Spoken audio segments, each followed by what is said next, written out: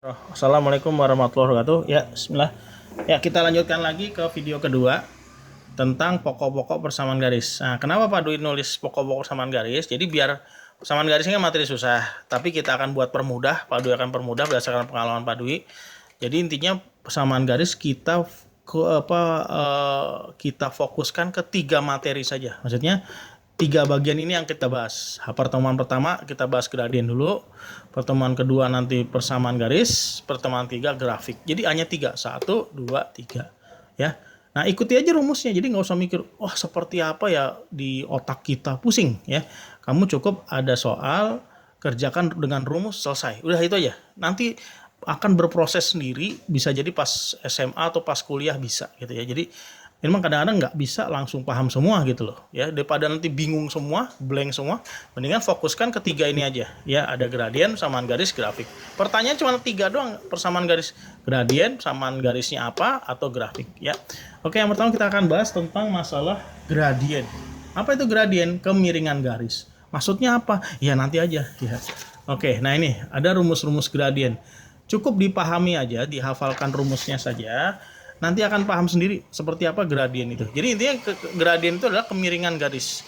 Akan kita bahas nanti bahwa pas udah jadi grafik atau gambar, kita lihat nanti gambarnya tuh miring, garisnya tuh bentuk miring gitu. Nah, apa aja tipe-tipe rumus gradien ini ya?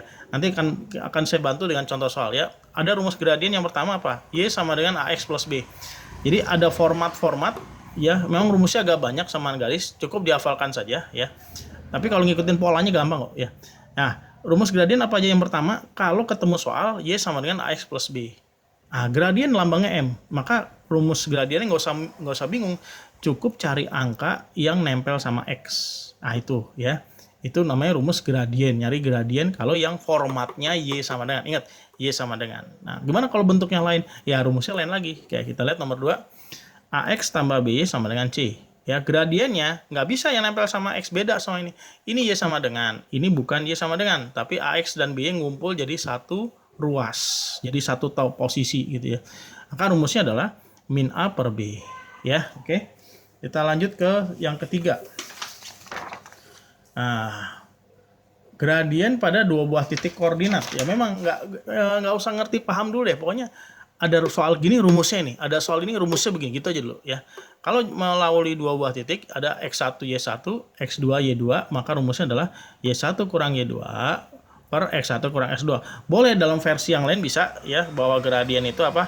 Y2 kurang Y1 per X2 kurang X1. Pokoknya konsisten ya. Boleh 2 dulu baru 1, 2 dulu baru boleh, atau 1, 2, 1, 2 boleh. Asal konsisten. Ini 2, 1, ini juga 2, 1. Jangan 2, 1, ini 1, 2. Boleh ya.